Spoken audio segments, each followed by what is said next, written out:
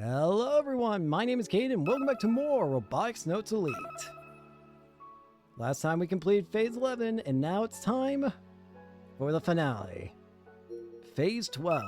I don't know if we're beating the game today. I imagine that might take 2-3 more episodes, maybe even 4. But we're getting close. I know that Phase 12 is the final phase of the game, so we're almost there. The aircraft approaches the skies above Tanegashima. This aircraft model has a maximum flight range of about 1,700 kilometers. It's a propeller plane, so I thought its range would be shorter, but it was actually more than enough. I figured we'd be landing at the new Tanegashima airport, but Dad announced that we're heading for the old one. I suppose it saves us some trouble if we land there. But the old airport's runway hasn't been used in over 10 years. Plus there's no guidance lights, and thanks to the rain, visibility is poor. I told Dad that he didn't have to land there in these conditions. But according to Dad, there's been no response from the new airport's control tower. It's possible that something happened there. The decision to land on the old airport was made with that consideration. Well, it's not like my opinion really matters here. I should leave this one for the professionals. As the plane prepares to land, we all sit down and buckle up. After Irie woke up, Akio switched seats and is now sitting next to her, holding her hand to try and make her feel better. It's almost done. Tanegashima looks dark from up here, but it doesn't seem like the power's out. In fact, despite it being before dawn, there are lights on inside at quite a number of houses. Misane, are you down there? Everyone, please brace for impact. Outside the window, the ground is already drawing near. When landing at the old Tanegashima airport, you pass right over Nakatane. You can very clearly see the lights on inside a bunch of houses. That is estimating the position of the runway using only those lights. If we crashed in the middle of town, it'd be a huge disaster. No, I trust him. I believe in my dad. It's then that the frame of the plane suddenly drops. Despite wearing my seatbelt, my body floats up in the air, and I nearly hit my head on the ceiling. Oh, that's the school! We're gonna crash! Yep, that sure is the roof of our school getting real close. The aircraft just barely glides over it. I have some bad news. It appears that due to a malfunction, the landing gear is not deploying. What? You've got to be kidding me! However, be at ease. I promise to get everyone to Tanegashima. And I'm going to keep that promise. That's what a man of the sky does. Is that the time to be acting cool? Shigemi, you got this. Yeah, show us your Tanegashima spirit. You can do it, Dad. Please brace yourselves and protect your heads. We'll be doing a belly landing. Incoming! The intense sound of metal scraping against pavement echoes throughout the cabin. If we overshoot the runway, there's nothing but a cliff at the end waiting for us. Will we stop in time? Stop! Stop! The shaking stops. We're alive! The engine stops as well, and the inside of the plane is blanketed in silence. We've arrived at the old Tanegashima airport, 4 minutes behind schedule. Ojarimasu. Welcome to Tanegashima. You're out of your mind, Dad. And stop trying to act cool! Everyone, just hurry up and get outside! This thing could very well explode at any moment. We disembark and make a dash for the hangar. You know the drill. Blog update. Another truth has emerged. There's another culprit behind the mysterious death of the Gonvarl staff. After doing some research on my own, I found out something. With the state we are in right now, telling the police won't do anything. Rather, I think there are police covering up the truth about this conspiracy theory, so I have decided to report here. I thought that 13 people died and Kaguri Minami fled the scene from the studio of the Gonvarl anime, but I was wrong. There were 15 people at the scene, not 14. This is the truth I found out in the past 2 days. It will put myself at risk, but as a journalist, I'm going to publicly announce that person's name. His name is Hoshida Sakai. He was the CEO of Happiness for You, and at the time, and currently is the CEO of a lease company, Hoshida. Also, Happiness for You was a sponsor for Gonvarl near the end of the series. Hoshida has an executive named Maurice Lebron, a former mercenary for Glorious Service, a known French PMC. That very Lebron is a security guard for Mr. Hoshida. On the last day, Kaguri Minami was seen on Tanegashima. Eyewitnesses report seeing armed foreigners from testimony. From testimony, their attire matched the security uniform of Glorious Services. Perhaps they landed on the island to search for Kaguri Minami. That is an overview of the information that I know now. After the disaster has calmed down, I plan to have an interview with Hoshida. Again, Kurokani is going crazy. What is Kurokani doing at a time like this? Is he stupid? Hey, that's you. That's for real. That Kujiro Frau was talking about, isn't that the initials for Glorious Service? And FR means France, I think. A genius arrives. Is Kurokani-san sweeping because he's certain that the real culprit is the person named Hoshida? If not, it's defamation, typical from him, but still. Hoshida is invested in companies called Tire Development and Commit. Both have made their way to Tanegashima. Are you Kojiro Frau herself? Did you move to Tanegashima to research your mother's disappearance? Speaking of happiness for you, the popular Kimijima Ko was a founding member. I guess he's the one who created Hiruro. I heard that Kimijima Ko was killed 10 years ago in Tanegashima. Kaguri Minami and Kimijima Ko both in Tanegashima. Seems like Kaguri Minami was trying to meet Kimijima Ko, even though he was already gone in 2015. Did Kimijima Ko run to Tanegashima because he knew the other face of Hoshida, but still got killed?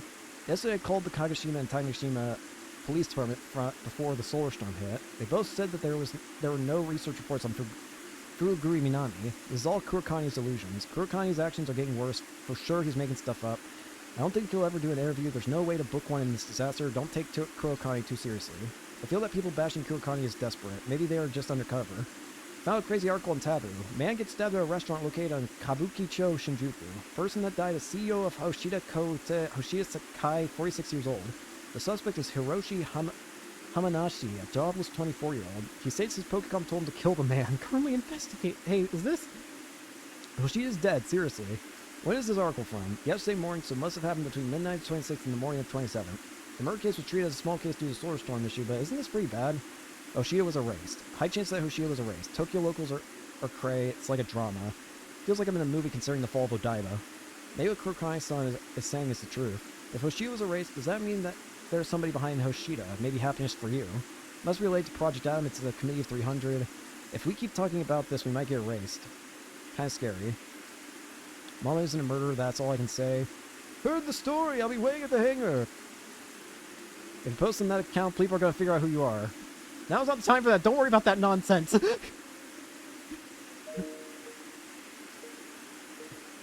Looks like you grew up a bit. Well, I got scolded. I'll persevere. Hidaka-kun forgave me. I'll be Hidaka-kun's legs. I have confidence in my stamina. Glad you're feeling better. I will have balefires up in the runway to guide you. It's raining, but they should last for a bit. The problem, I believe in Mr. Shigemi. Looks like a group of... yeah. Okay, let's get to it. We disembark and make a dash for the hangar. Mr. Candy carries Irie on his large back. Hey, over here! Over here! Juna's there to greet us, waving a flashlight around wildly. She leads us into the hangar. Phew, that was crazy. Hancho Shigemi was so cool. I do wish he'd take it down a notch. Speaking of Dad, he was the last to exit the plane. He's currently standing in front of it, bowing his head in respect to the damaged frame as the rain pours down on them. Oh no! Fucking Subaru! Does it actually have... it does have something different. Wait, it says we're in the Robotics Club again! Robotics Research Club. Akio-chan, Yoshio-kun, I'm so glad you're both safe. Oh, it's that this married couple are coming off the Press Senpai and Yash Senpai. Oh, you normies should just go die! If nothing else, the two of you are awfully stubborn. 3 of the former Robotics Club members are together in the hangar. The cast on Subaru's leg is covered in mud from the rain. Everyone. Akio's expression is apologetic as she hesitantly looks at them. I give her a little push in the back and she almost falls over. She now stands before Juna, Subaru, and Frau. Akio looks each of them in the eyes before bowing her head deeply. Everyone, I'm sorry. I'm so sorry. I couldn't protect Gumbill too. He's gone. Even though we all worked so hard on him, I'm so sorry. It's my fault for being selfish and bringing Gumbill 2 with me to Tokyo. Please raise your heads, Prez. You guys are still calling me that? The Robotics Club is gone. You're a president, and that's why I want to call you. I know I quit before, but is it still okay for me to call you that? Press Senpai is so really serious. I don't recall ever quitting the Robotics Club, so I see no reason why I would not call you Prez. You're still the president as far as I'm concerned. Everyone. Okay. Thank you so much. She wipes the tears from her eyes. CT Robotics Club President Tsunami Akio has returned. Ching! As she makes her declaration, Akio makes a strange pose. Now then, I'll explain the current situation on the island. After moving over to the school, we spread out a map of Tanegashima and stand around to assess the situation. This feels kind of like a strategy meeting, huh? It kind of is. It literally is a strategy meeting, SMH. Did we really need to roll out a giant map? Yesterday afternoon, the Tanegashima Space Center was occupied by an armed group. There were 0 casualties. Almost all the workers managed to escape safely. That's definitely a relief. However, there is one hostage, Chief Sinomiya. Dad! Furthermore, Fugori's house was raided at the same time as TNSC was taken over. Fortunately, Tanoji-san repelled them, successfully defending the location. My-san repelled an armed group. Who is she? Why'd they attack Fraubau? Or my incredible intellect. Too easy. Well, Frau is pretty famous. She's the most noble person in the Robotics Club. Additionally, my dad said he spotted a large army of giant robots flying off the Tanegashima coast. An army of flying giant robots? Please don't say you're hyped or fired up or whatever. Read the room. How can we win against an opponent like that? It may be illusions like the Grand Obelisk. I hope so. What's the evacuation status of the people in Minimitane? The Jackson workers and people who fled Minimitane are taking refuge both here as well as the gymnasium near the park. When we got to school, the gym lights were on and I could hear a bunch of people talking. I'm sure Mom and Miss Sinomiya are there. We should probably drop in later. Thanks. I got a general idea of the situation. Right now, we need to think about what we can do without relying on others. We have a few ways to stop the enemy. For example, we could gather a bunch of semi-trucks and heavy weaponry from around the island and have everyone hit the enemy with a huge kamikaze attack. There'd be casualties, but we could overpower them with sheer numbers. However, that's only our last resort. We can't just ask everyone on the island to sacrifice their lives, even if it's to save the world. First, we go in as the initial wave. That's what Gun Build 1 is for, after all. We gotta show the terrorists that Tanegashima has a robot of justice. The problem is that we're dealing with actual terrorists. We could die. Nobody would blame any of you if you chose to back out now. Everyone, even though you'd be putting your lives on the line, are you still willing to stick by me? Everyone nods without hesitation. Alright, then Kai and I will fill you in on the enemy.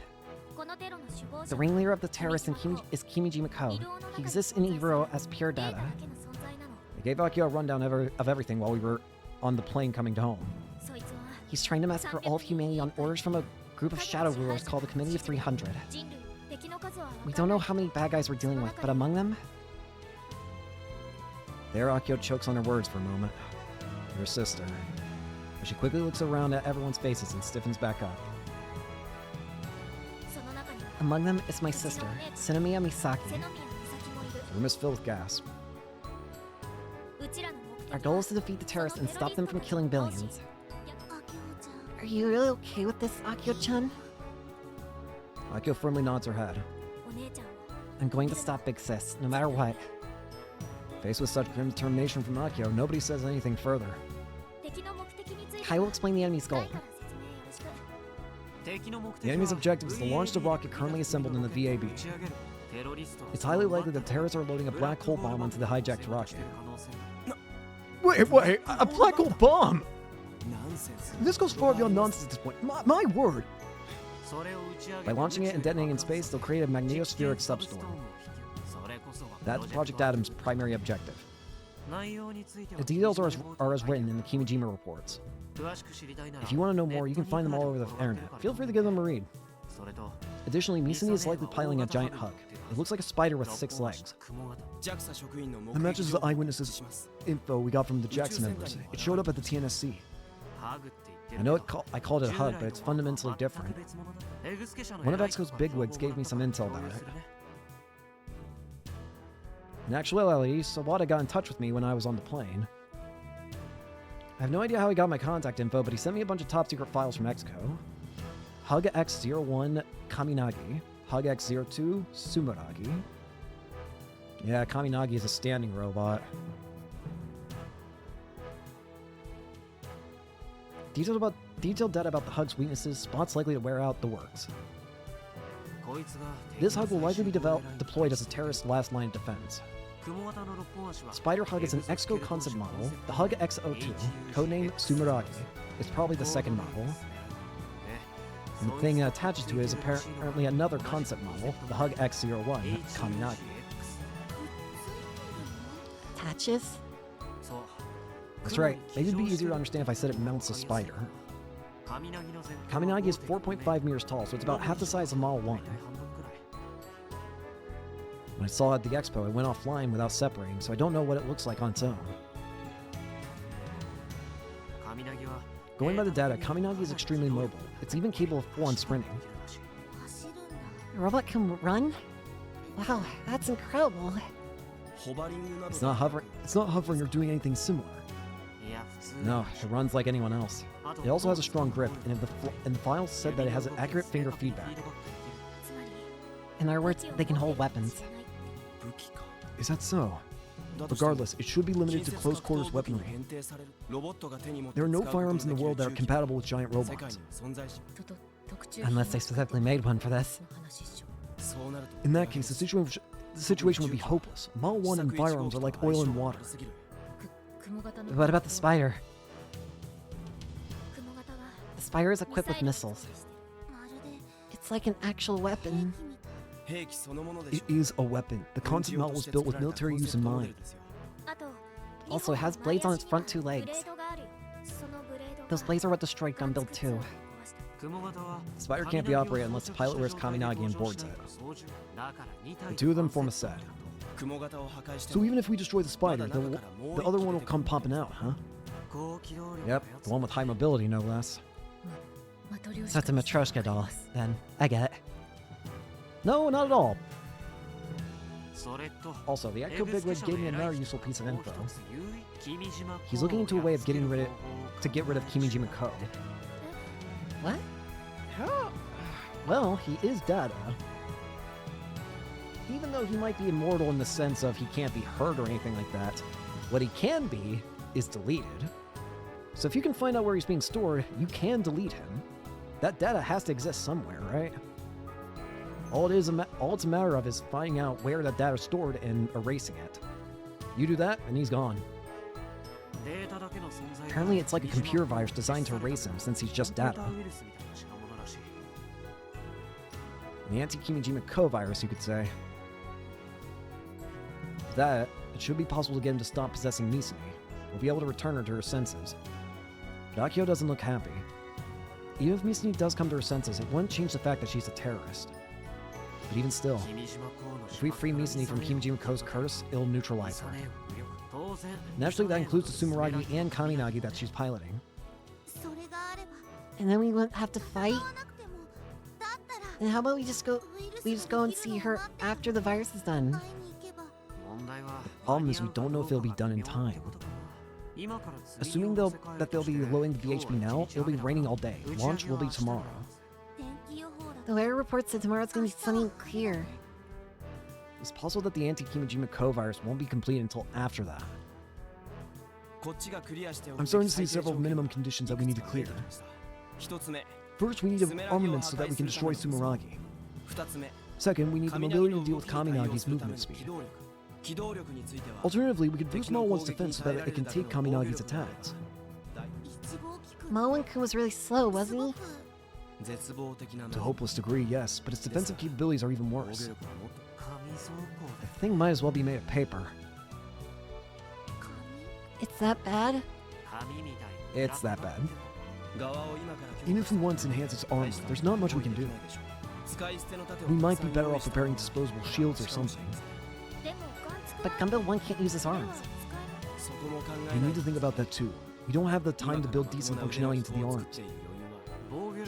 If we focus on defense, how will we counter Kaminagi's mobility? What if we have Model 1 fight like M45? No matter how mobile the opponent is, they'll have to come close to attack. They'd have to stop moving around. What if we keep their movement down, harden our defense, and wait to counterattack? Would that really work? You only have to buy time for the rocket launch, right? They're on the defensive. We're on the offensive. If we wait for a chance to counterattack, we're just gonna get steered each other as time goes by. Oh, that's true. Jun-chan's right. We gotta fight if we want to win. Which means enhanced mobility is a must. What gun build was cursed as, Subaru? We've already started work on improvements. Well, that's fast.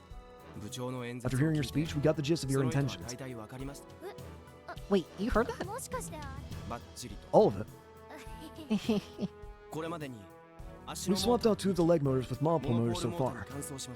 As far as I remember, Doc supplied us with 6 monopole motors as spares for Model 2 or for use with Model 1. Clearly, I'm the master of foresight. Oh, come on, say something! Yep, tell Master, I lolled. The old motors and monopole motors are the same size, so swapping them is easy. With our current level of manpower, we can do it in under 6 hours. Simply switching to monopole motors would dramatically increase the walking speed of prototype Model 1. But it'd still be really slow. Let's talk about specifics about how we can improve Model 1. We don't have time to assess everything from scratch. It'd be in our best interest to utilize what we've learned from Model 2. If we're focusing on mobility, we need to strengthen the legs and reduce the robot's overall weight. We may have to give up on the body's defensive capabilities. Things are already paper thin, so that's fine. As far as strengthening the legs is concerned, we must consider other methods. Aside from monopole motors, I suggest CFRP sheets, similar to the ones we utilize for Model 2. I believe they will be appropriate in order to increase strength. We should also discard the internal engine. That thing's crazy heavy.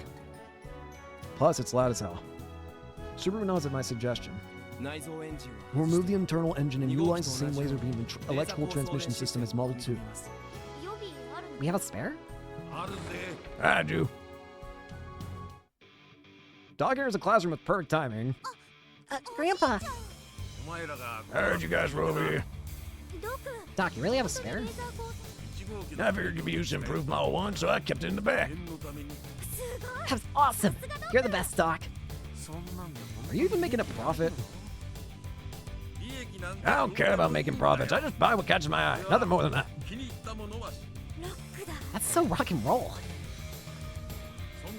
Feel free to pay me back later. Wait, we still have to pay? That's not rock and roll at all! You didn't take a laser gun mount and built to Tokyo, right? You can reuse that. If we exchange the engine with the small battery, it should lighten the robot significantly. Question about the laser gun mount. Can't we use that as a weapon? A weapon? If we enable it to fire freely and have Stumpy Gunvarla hold it, a deadly laser gun would be born, right? You said it could kill people before. Could you quit with the whole killing people idea? Mama was probably killed, so what's wrong with that? The enemy is trying to kill 5 billion people. We might have no choice but to kill them. She's right. I'd be making a big mistake if I went easy on Misumi. We aren't murderers. I want to do this without taking lives if possible. I know a big part of that is because she's my sister. I hope you can all overlook that. I'm sorry. But if we have no other choice... Bucket raises her head. If it comes to that, I'll... Nope, I'm the pilot. Without a moment's delay, I cut in. If the situation comes to that, I'll handle it. Kite. I'm sorry. I wasn't trying to bully Press Senpai. I just thought we needed to prepare for the worst. I know. Thanks, Robo. It was naive of me to act like we wouldn't have to consider that. Regardless, that transmission gun's output is too low. If you wanted to pierce the armor on a robot, you'd have to focus on the same spot for a long time. It has less power than a welding laser. Well, if you want to kill a person, you just gotta shoot their body directly and burn them to death. I don't think I want to do that. Burning means to need a death with a laser. But I'm fully aware that now's not the time to say that. How about getting some bombs, sneaking over the rocket and putting them on it? Then we wouldn't have to fight the robot, right? That plan is nonsense. The rocket might already have the BHP on board. If it accidentally got detonated on the surface, the entirety of Tanegashima would be wiped off the map. Huh? I didn't know it was that dangerous. I'm sorry. Yeah, you don't destroy that. Like I thought, Gunbuild 1 is our only hope. I'm not going to lie, listening to that speech of yours made me groan. Robots of justice, evil robots, only you would use such black and white terms, Perez. You really thinking about good punch and evil in our current situation? You watch too much anime. Justice always wins! We basically got this in the bag. This reasoning of yours is forced at best. If the world was that simple, we would have achieved world peace long ago. Subaru, stop being so condescending! No, Akio-chan, calm down. Back to the subject at hand. Putting aside the issue of armaments, let's talk about potential upgrades we can make. Subaru has completely taken control. Despite calling her Prez earlier, he's the one who most looks like the president, especially to an outsider. How about hardness? The torso is hollow, and if the walking speed increases, it can even tear off. Tear off? Should we reinforce it with chromoly steel, much like a car? Considering the time we got, that seems appropriate. Plus, I can get some automotive use right away. How about the cockpit? Should we go with the remote operation? Why? Everyone looks at me. Guess they all acknowledge me as the pilot, huh? Well, I figured that'd be the case. Leave the cockpit as is. Wireless operation creates lag after all. It may only be a few frames, but that's the difference between life or death for me. Plus, our opponent is the best in the world right now. She has much higher specs and projectile weapons. I need to get rid of as many limiting factors as possible. But if you ride inside, the chances of your dying skyrockets, Yashio-senpai. Are you sure about this? It's not just enemy attacks you have to worry about. If you fall over during battle, that alone could kill you. I have to do this. I have to be ready to die if need be. The lives of 5 billion people are in our hands after all. Nope, that's not it. That's got nothing to do with it. Honestly, I can't even picture 5 billion people. Then why? Because if I don't, there's no way I can beat the best in the world. My opponent is Sinomiya Misaki. She's the wall that's always stood before me, and one true goal. So, Kono-chan, can you load the kill ballot system into it? I only have the one I made from Alt 2, but I can make adjustments. We can't use the posture control system as is, though. We absolutely need that. Let's try to use as much from Alt 2 as we can. Laser scanning for surrounding terrain analysis and action prediction navigation. We should be able to use those systems as well. I'll bring parts from my shop. You can pay up later.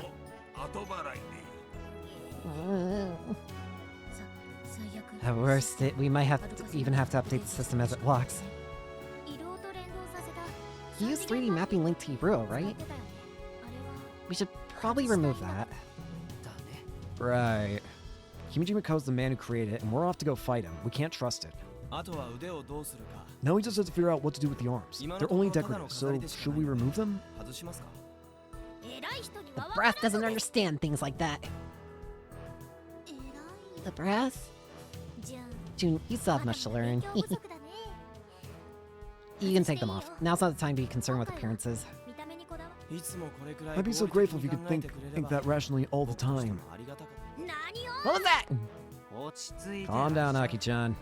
How about the arms? I got some stuff you might want to attach. Me and myself. Did you bring something, Grandpa? Wait, do you mean?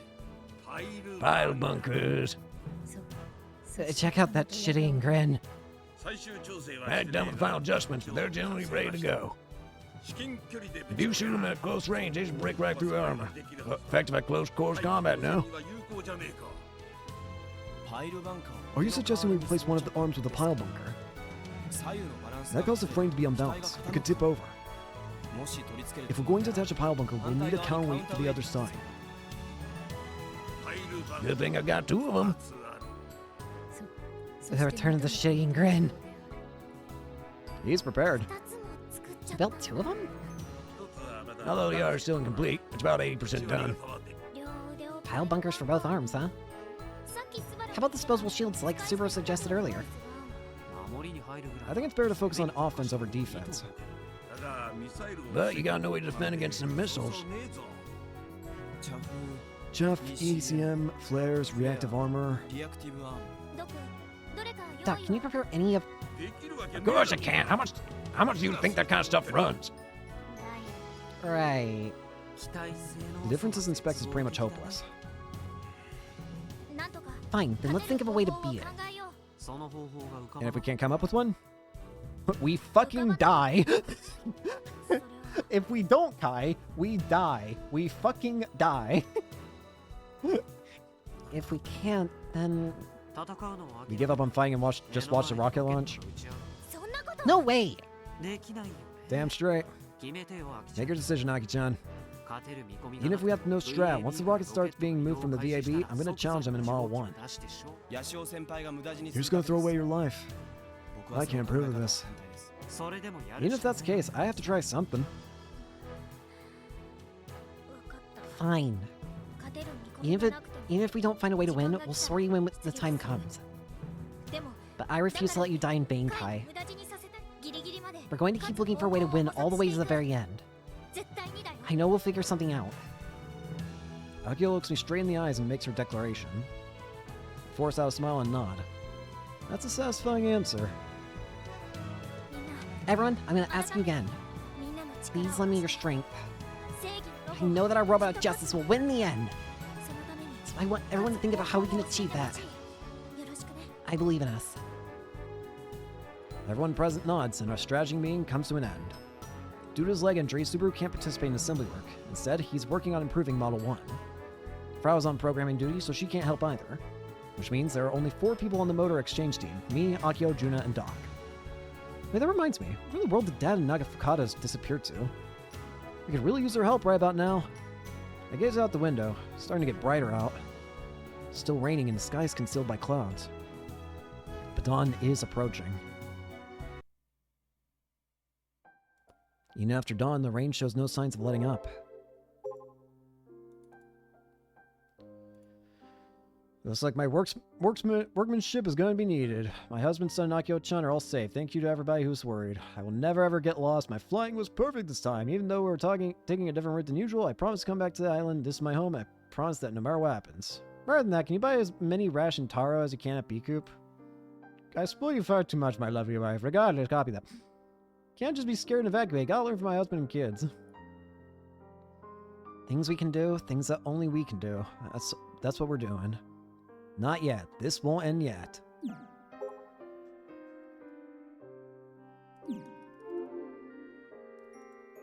I know that's technically protecting us, but it also forces us to work in a cramped hangar. Keep coming! Keep coming! We support the servo motor hanging from the crane and carefully insert it into Model 1's joints. Unfortunately, things don't go so well, and we're forced to have the crane come and go over and over again. The servo motor finally settles in the right position, and we have to act fast to secure it. We use several thick bolts and electric nut runners, but Model 1's legs are incredibly thick. The joints require multiple large screws or bolts. That's what connects it all together. To exchange a motor, the bolts need to be removed first, followed by all the leg parts. Specifically, everything below the ankles, the shins, the thighs, 6 parts in total across both legs. Each part is nearly 2 meters tall while lying down and over 3 meters long. They're secured to the crane attached to the truck Doc arrived in. The crane then lifts up the boltless parts. The motors are also pretty big, way bigger than the engine inside of a car. We have to be careful about our work, but we also can't waste too much time. With that in mind, having a crane makes a huge difference. We could never get this done on our own. That said, of all the people here, June and I aren't particularly useful, which is why things have been pretty slow. It's also frustrating that no other work can be done until the motor exchange is complete. This is the first time I've actually regretted not helping out earlier. If I'm the one piloting this thing, I should be the one making sure it's in tip-top shape. I'm trusting this thing with my life, after all. I can't win without it. I knew I'd have to mess with the settings a bit, but up until now, I always thought that all I needed to win was my own ability. But now I know better. If I'm going to be the best, it's important that I pay attention to maintenance of the robot too. If only we had one more crane! June and I concentrate on tightening the screws. Kind of feels like we're the pit crew in a race or something. How many is that now? 5, just one to go, we got this. It already took over 5 hours to get this far. Just like Super said, this will probably take the full 6 hours. And we're not done after that. There's still lots of work remaining. I pulled an all-nighter, so this is getting pretty rough. Might not be able to be in the best condition for tomorrow's... Akio's foot gets caught in a cord. She falls over, taking the parts and metal plates in the area with her. Akio-chan! Aki-chan, you okay? I'm fine. Quit being careless and put some backbone to it! Sorry. Wow, it's been a while since I've seen Doc bark like that. Woo. Aki-chan, are you tired? You haven't slept, have you? If you push yourself too hard, you're gonna have another attack. You should rest. Right back at you, Kai. You can't rest now. If I don't do this, who will? But what's the meaning of this? Is this the vice principal? I swear I recognize that voice. I jump a little. I know that historical voice. Oh, Jesus. Why are you here? What exactly is going on here? Oh no, the vice principal. Why in the world is she here? This is literally the last thing we need right now. Didn't I tell you that all the Robotics Club is disbanded? Vice Principal Sui, this is an emergency. Whether or not an emergency is inconsequential. If you're going to use this place, you need to talk to me first. Vice Principal Usui, please overlook it just for today. I swear we'll explain it all later. Answer the question. Why do you have to be so goddamn stubborn? She pays no mind to my language and instead takes out her Pokecom, filling with the screen for a couple seconds. Everyone, please sign here. She then throws her Pokecom toward Akio. If you do not, you shall all be expelled. There may be only a few days until graduation, but that holds no relevance here. Cut some slack, Vice Principal Sui. You don't even have the authority to do that. We're not going to listen to you. This is more than just a school. Come on, say something! You can at least pretend to give a damn! Kai, wait. Akio stops me as she looks at the VP's Pokecom. VP Usui, what exactly is this? Wait, are you actually going to help for once? It looks like a club entry form? Huh? Say what? None of you have ever been affiliated with the club since the Robotics Club was disbanded last month. If you're going to reform said club, you'll all need to sign club entry forms. This may be an emergency situation, but you still must follow rules. Otherwise, if something would happen, the school wouldn't be able to take responsibility for you. VP Usui? Wait, what just happened? Are my ears busted? Akio, Jun, and Subaru and myself are all stunned. VP Usui is a real tsundere. Now hurry up and write your names, school years, and classes, all of you! Okay. Are you telling me she was actually a decent person all along? Did you say something, Yashio-kun? Not at all! She shoots me a sharp glare. She really is scary. Sorry for the wait, Vice Principal Sui. Michi! Michi suddenly comes running over. Where has our delinquent teacher been this entire time? Wait, it's not just him. Our homeroom teacher, Kabasan, and the art teachers, and even the principal all pop up one after another. They're all holding supermarket bags in their hands. They're filled with drinks, pastries, rice balls, and more. Mr. Nagafukada, where exactly did you go shopping? Nishinomote? It was real tough getting them to open during business hours. Fine, fine, just hand it over to the students. What exactly is it? Is this poison? Are you out of your mind? They're very clearly refreshment. Why does she have to keep getting so angry? The teachers lay out a blue sheet in the corner of the hangar and start lining up the refreshments they brought. Whoa, that's a lot. Cinemia-san, don't tell me you think this is all for you, all for your robotics club. You mean it's not? Obviously, these are also for all the students who volunteered to help. Huh? Volunteers? The skull is an extracurricular activity. That's pro tip. It's awfully noisy outside here. Oh god, we're about to be swarmed with workers! I hear lots of voices growing louder. Our teachers aren't the only ones who've come. Oh god, it's the horde! Outside the hangar are nearly 100 students in raincoats. Juna! We're here to help. Just friends. Oh, this is gonna be a pain.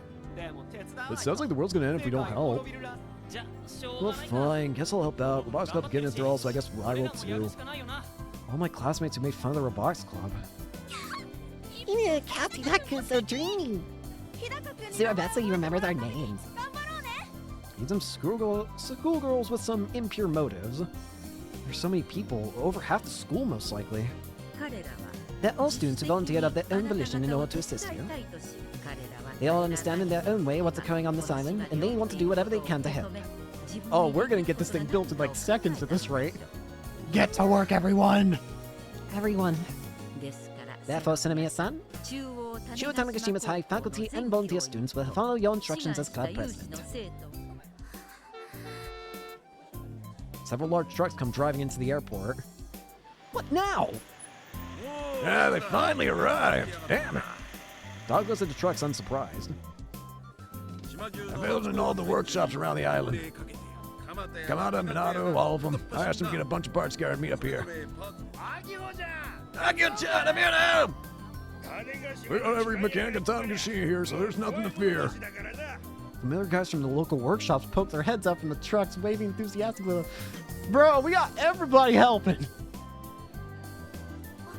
Everyone. Oh man, Kamada was the only guy who ever cooperated with us. The art workshops always kept their distance. And yet here they all are now. I think I finally understand just how terrifying you really are, Doc. Shut it. Anyhow, big and small cranes combined, we now got 5 of them. No more complaints, Akio. Guy. Hold it, hold it, hold it. I'm here too. Big man. Mr. Candy appears at the head of a bunch of buff dudes. They come marching in like some kind of mini parade. I brought a bunch of youngins from Nishimote and my own employees too. Really? Holy shit. Following after them are a bunch of Jackson employees in their work uniforms. Nice on in front. Jesus Christ, how many people we got? Behind her is Harunaki-san, the guy who helped us assemble Mall 2. Young and old Jackson engineers come running over with them. Everyone's super duper fired up and ready to go. They refuse to let those terrorists take over the TNSC, and they also want to save Chief Senomiya. Please allow us to help as well. Getting help from Jackson engineers alone would be huge for us, but it's not just them. There are elderly who usually work the fields, housewives, blue-collar men, and even loud children all gathered here in the rain. Kaito! Kaito! It's Mom. Dad is standing next to her. Mom, you're safe! Yep, I ran by the Senomiya house and evacuated here with Tamaki-san. We're going to cook you all up something real tasty, so go kick some butt. Mom then disappears into the crowd. Dad silently salutes me and falls after her. Dad! Subaru's very confused shout causes me to turn around. Oh, Jesus. The very same man who punched his own son last summer is standing right next to Subaru, a sullen look on his face. I told you not to push yourself again. What do you do if you can't ever walk normally again? I'm sorry. You don't have to move a single step. I'll be your legs. Wait, You're going to help us. I want to see with my own 2 eyes this thing you said you love so much. Thank you. I never thought his dad would back down. That's not just Subaru's old man. The VP, too. This is more than a little shocking. Hey Kai, everyone on the island is coming together as one. So many people are helping us protect this place. People we didn't get along with before, people we did get along with, our families, people we've never met. Everyone's here to work toward a single goal. Akio looks like she could start crying at any moment, so I give her a pound on the shoulder. Looks like we've become this little island's hope. We best make sure we don't betray their expectations. Yeah. This Tanegashima can fight on for another 10 years. Yeah, let's not fight for that long. Either way, this final battle is one we can't afford to lose, no matter what.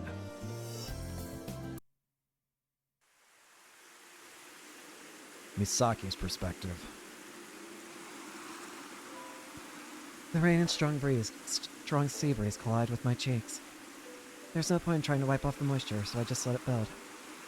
The wind is always strong on Tanegashima during the winter. The air temperature doesn't drop much, but thanks to the wind it feels quite cold, especially on the coast. It feels really nostalgic. The scent of the winter wind, that is. I stand by the railing at the edge of the cliff and throw a bouquet of white carnations down into the water below. It doesn't quite fly in the arc I expected due to the strong winds, but it falls into the ocean nonetheless. You always did like white flowers, Mizu. It never really fit you. I chose white carnations for that reason alone.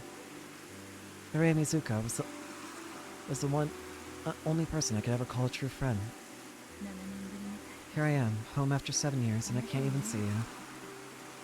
How incredibly sad. This is the place. This is where she died. That's what Michi said when he contacted me.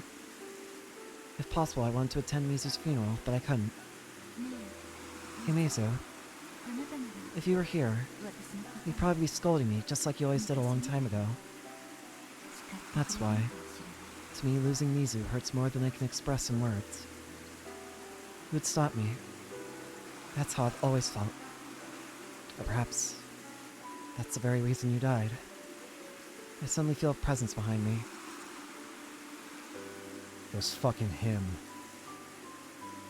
A chill runs down my neck. Right behind me. At a distance close enough to touch me, I can feel their presence. But I know full well that even if I turn around, nobody will be there. And so I know that he's there. It seems the CG plans have worked splendidly. They're a little...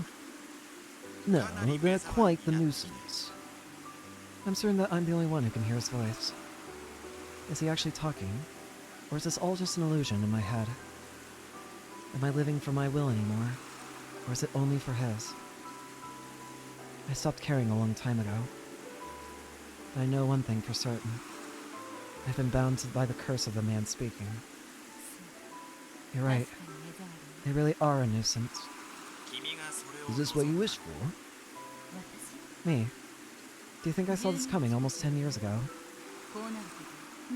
If I could predict the future, I wouldn't be here talking to you right now. If they bother you so much, why not attack them with your army of flying robots? Oh right, you can't.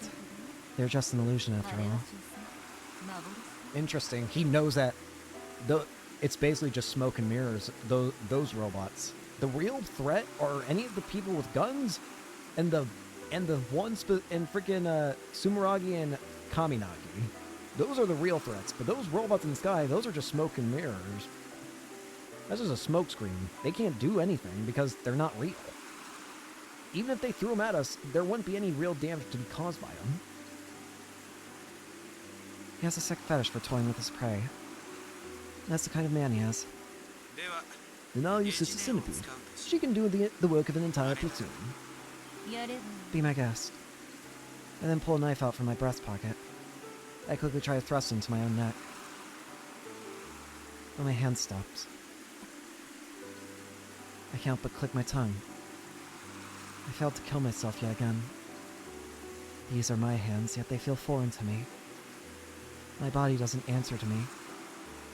Not even a single twitch. It's as if it's not my own. Even though it's right here. I can see that it's attached to me. It's like it's just an illusion. You really are a persistent woman. Even though I've told you it's useless, you will be working for me until the very end. It'd be quite the headache if you ended up like Furuguri Minami. How many people have you possessed like this? Cursing them until death? You're the one at fault. If you hadn't killed me back then... My hands still gripping the knife rise up on their own. I then gently throw the knife off the cliff. I gaze out at it. Why was I holding a knife? I'm not even sure why I just threw it away. It feels as if my memories have corrupted. I felt this numerous times before. This feeling like I've lost something important. And every time I feel like crying, I don't know why, I ultimately shed no tears. I don't feel his presence anymore. I gently close my eyes. The cold sensation of the wind and rain hitting my body. This familiar scent. I want to experience it all as Tsunomiya Misaki for just a little bit longer. A sound caused me to open my eyes in surprise. Tsunomiya Misaki. According to the latest information, the rainfall in the Yakushima region will stop in about 2 hours. The 10% chance of precipitation tomorrow remains unchanged. I recall how Irie always loved weather reports. But how did Sister Centipede feel about them? What brings you here all of a sudden? Are you trying to comfort me? I have no such intentions. In retrospect, the day of the total solar eclipse was when I met you was the beginning of everything. That was already over 10 years ago. I just happened to find a new smartphone during the commotion of the eclipse. It had just come out and was fairly low performance at the time. Inside of it was Irie's prototype, still in development. After several days of talking to Irie and becoming friends, she told me that she had a master. It made sense that the phone I found had an original owner. And since they're so expensive, I felt that I had to give it back. Following Irie's instructions, I found myself at Kimijima Ko's house in the woods. This time I had no idea that a year later I would end up killing Kimijima Ko with my own hands. I was desperate. I didn't want Aki or Kai to die. I wanted to protect them. My cute little sister who always happily followed me. The total rascal of a young boy who lived near me. I loved every minute I spent together with them. The time I spent watching mecha anime with Aki. The time I spent playing fighting games with Kai. I truly loved every second of it. I couldn't bear the thought of losing those kids. Of all the people aboard the MF Anemone, Aki and Kai were the only ones left unconscious. They didn't wake up for multiple days following the incident. I couldn't sleep for even a second, so I just kept holding Aki's hand as tightly as I could. Please, God, don't let them die. Please let me see their smiles just one more time. I don't care what happens to me as long as you grant my wish. I'm fairly certain that's all I prayed for during those long days. Big sis. Aki! Thank goodness. Thank goodness you're okay. So when Aki woke up, gripped my hand and smiled happily at me, I honestly thought that I'd be okay with dying. I'd done something irreversible. I'd killed a man. The police were going to arrest me. I had no regrets. But a week later, when I returned to Kimijima Ko's house, there was no corpse. I knew for a fact that I had murdered him and left the body there. There were even bloodstains all over the place. But the corpse itself had vanished. 10 days later, it was located in a completely unrelated place. Unless somebody intentionally moved the body, that should have been impossible. I made the news, but even as time passed, the police never came to me. That's when I started to think. Alright, I'm recording it now. I didn't expect them to arrive that quickly. Perhaps the case would have been left unsolved. Perhaps maybe the culprit would never be brought to light. Or maybe the person who moved Kimijima-ko's corpse would be charged with the crime in my place. Hey, Aki. Kai? I'm not a prodigy. I'm not a genius. I'm not a perfect person. I'm a weak, despicable coward who actually thought that I might get away without atoning for my crimes. It was Kimijima-ko who saw that weakness in my heart and took full advantage of it. A month after everything happened, he appeared before me. At first I thought I was just hearing things, but he appeared everywhere. He continuously and repeatedly whispered in my ears about what I did to him. Over and over again. All day long, from morning until night. Then again the next morning. It wasn't long before I stopped being able to sleep. I quickly started losing myself. In retrospect, I was already under his curse at that point. When the Robotics Association got promoted to a club, I put distance between myself and the thing I started. I couldn't get involved with it. I didn't deserve to be affiliated with something built on hopes and dreams. Jesus Christ, this hurts, Ree. This is painful. I also distanced myself from Aki and Kai. After saving their lives, I felt I couldn't get them involved. I wasn't even able to consult my best friend Mizu. I tried turning myself into the police, but nobody would believe me. They all thought it was some joke and laughed at me. During my second and third year of high school, I distanced myself from everyone around me. I isolated myself completely. I'm sure that probably strengthened Kimijima-ko's curse. And now half me has become him. The personality and sense of self known as Shinomiya Misaki is on the verge of vanishing. As I recall the past, I'm not even sure I'm her. This could be Kimijima-ko's personality thinking back on Shinomiya Misaki's memories. It may look like I'm acting according to my own will, but Kimijima-ko's will is always intervening, no matter what. Every time I attempted to kill myself, he would stop me. And now here I am. No, I don't regret murdering him in order to save Aki and Kai. I have no idea if that event really happened, or if my memories are true, but I regret nothing. That's why I at least wanted them to deliver me from all of this. Sister Centipede, you know Kai and Aki, right? Correct. Do you like them? Dislike them? Sister Centipede is not equipped with the functions necessary to answer that question. Yeah, that sounds about right. Sister Centipede was always cold like that. Then I release you from this burden. Before I lose myself, I need to do at least this much. I take out my Pokecon. Kimijima report number 0. A 0 report? An icon representing the original data is displayed on my screen. I was the one who planted the Kimijima reports around the island. It was back when I was in high school. I even came up with the flags just as Kimijima-ko instructed. One of the things I planned inside of me. What you could call the origin of all of this. Right now I choose to throw it all away. Sister Centipede. Go to them. You don't have to stay here any longer.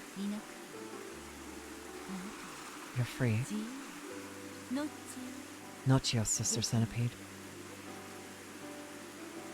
Without hesitation, I remove the icon. Once I confirm the data is gone, I breathe a sigh of relief. Sister Centipede will never appear before me ever again.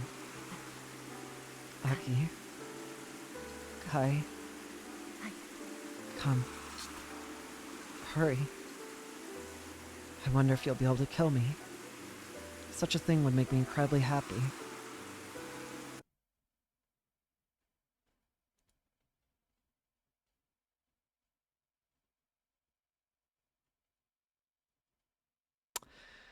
Pain. The rain has stopped, but the sky is still cloudy with the sun hidden behind them. We're still okay, right? They can't launch the rocket yet, right? I look up at the sky with unease. Some volunteers are risking life and limb to infiltrate and monitor the Osaki launch complex. All we can do now is wait for their report. I've been discharged from assembly work. Thanks to all the people helping, Akio and Subaru ordered me to rest. They want me to be rested up and in top condition for the decisive battle tomorrow. And so I opted to take them up on their offer, but there's something else I need to do. Oh, man.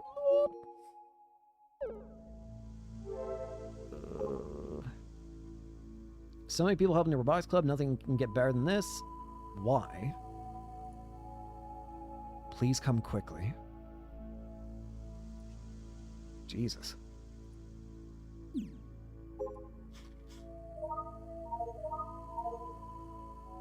Well, I'm going to go ahead and end here for today. I was planning to go longer, but apparently my parents arrived home earlier than I was told, so I'm going to go say hi to them. So thank you all so much for watching. Hope you enjoyed, and hope to see you all later.